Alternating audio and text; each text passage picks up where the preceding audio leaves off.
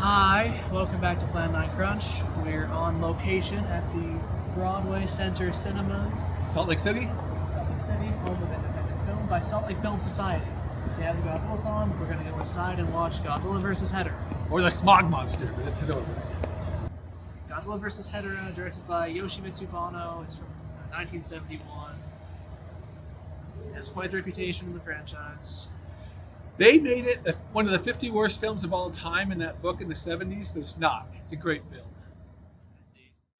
With this opportunity to watch Godzilla vs. Hedorah on the big screen comes almost the obligation to reevaluate it. And since the last time we talked about it here on this channel, I have some new thoughts. I have always had a higher opinion of this movie than is consensus, but recently I have actually begun to think of this film as not only a thematically rich film, but quite possibly one of the best in the franchise, an S-tier film instead of an A-tier film, if you know what that means. And though I feel this now very strongly, I have to back it up in words, and probably some logic if I can manage it. The last time we talked about this film on the channel, I pointed out some areas that I felt were evidence, or at least indicative, that though the film had a lot to say, it didn't say all but the best. The pro-nuclear stance in the movie is a meme at this point more than anything, but the film uses nuclear power as a Deus Ex Machina thrice, and a Diablos Ex Machina once. Obviously, Godzilla charges the machine to dry out Hedorah multiple times with his nuclear beam, but as I mentioned last time, his ability for flight in this film seems to mimic Hedorah's, Hedorah who is also referred to as a nuclear being, all very confusing. But that just means the nuclear imagery is superfluous to the film. Okay, I say that, but in Ken's classroom presentation, he still does mention nuclear pollution of the water and his overall point about pollution. But it's used as a segue to the more pressing types of pollution that Hedorah represents. Unwillingness it recognizes the previous subtext, yet builds with it into a different point. Unwillingness to tackle the nuclear problem in a film about the pollution problem is entirely understandable. The far more pressing point is that the film declares Hedorah to be from space, taking the blame away from humans. You cannot argue that this is a cautionary tale to get us to turn back before we reach this point, because some of the horrific imagery Hedorah inflicts upon Japan literally happened because the pollution was that bad at the time. I thought that weakened the expression of the theme, and I'm still not crazy about specifically making Hedorah from space. But this actually makes sense in the franchise with the other serious films. Godzilla's attacks in '54. They replicate the imagery of the Lucky Dragon No. 5 incident, as well as the Tokyo firebombings and even the idea of the nukes. Those things happen in real life. And it's not that the filmmakers were claiming a derpy dinosaur had to be there for those things to happen, so much as using the derpy dinosaur to reflect on those events and metabolize the current existential dread. Again, weird to make Hedorah from space, but at that point, it could be any origin to justify this monstrosity. The paint is very good.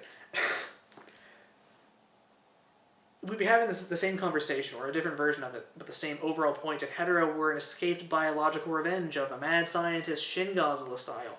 Because that isn't technically the same as all of us, but mainly corporations and governments, being responsible for the real-life pollution. Hedorah is an imperfect metaphor no matter what way you do it. But so is Godzilla. Hence why the movies that use him as the G-54-inspired commentary, like Godzilla 1984 and Shin Godzilla, play him so differently. There's a lot I could say on this, because he can represent more than just is on the tin, but anyway, let's look at the other aspects of the film. Godzilla vs. the Smog Monster.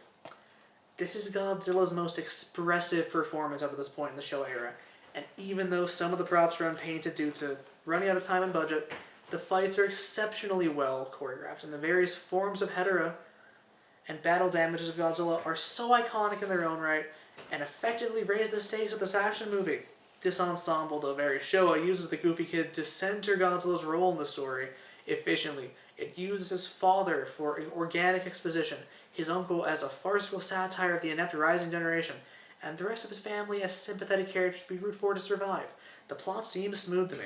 Probably the most important consideration for me to see if I can actually afford to declare it one of my all-time best. It would be an in-depth plot evaluation to truly chart the A to B to C. But it all passes the smell test right now, as it were.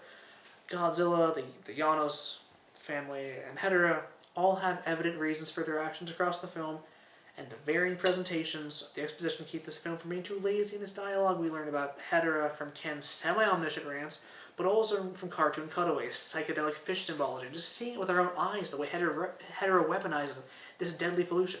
Love it or hate it, almost every appeal this film makes is effective at getting across what it intends to do, and that makes it good at what it does. I also love the film a lot, and this is the most passionate I've ever been in defending it. Perhaps part of that is the excitement to watch this movie on the big screen, or even the possibility of Hedorah appearing in the upcoming Godzilla -0. Just think about it. He'd work so well. Well, in any case,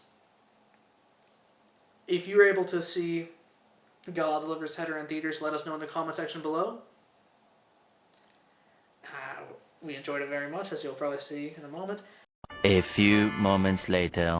Well, I enjoyed the film. Did you? I think it's a very good film. I think it's one of the best in the It series. is. I like it. Has a psychedelic atmosphere to it. It has music. It has animation. It has the trope of the little boy in short pants. It has Godzilla being very, very demonstrative, and the monster being very expressive. And Yeah. there's a few things that should be understood about this movie. Once you get past Godzilla having psychic knowledge, connection with kids, which happens more often than you think. There's at least one psychic moment in each series for Godzilla. Usually it's a plot point. Anyway, once you get past that, the cause and effect flows pretty well, I think, in this scene. And yeah, this Godzilla, Haru Nakajima, still at this point in the series, most expressive he's ever been in anything. And then Kenpachiro Satsuma, who become the 80s and 90s Godzilla, is Hedorah, and he injects a certain menace to those movements, where also you can laugh at some of the scenes as well, because he's reacting as an inhuman. I didn't mind the laughing. I can imagine back in the early 1970s, kids whooping too during the movie. Well, yeah, because it's kind of a Trojan horse for their message about environmentalism. It should also be understood that Teruyushi Nakano was on the special effects at this point, and he didn't get served the best jobs with this. They had 35 days to shoot the film. That's why the orbs that Godzilla pulls out are unpainted. Those are the eyeballs. Yeah. They didn't have time for that. Nakano stayed on through the middle of the 80s, but there's a notable improvement once Koichi Kawakita comes in.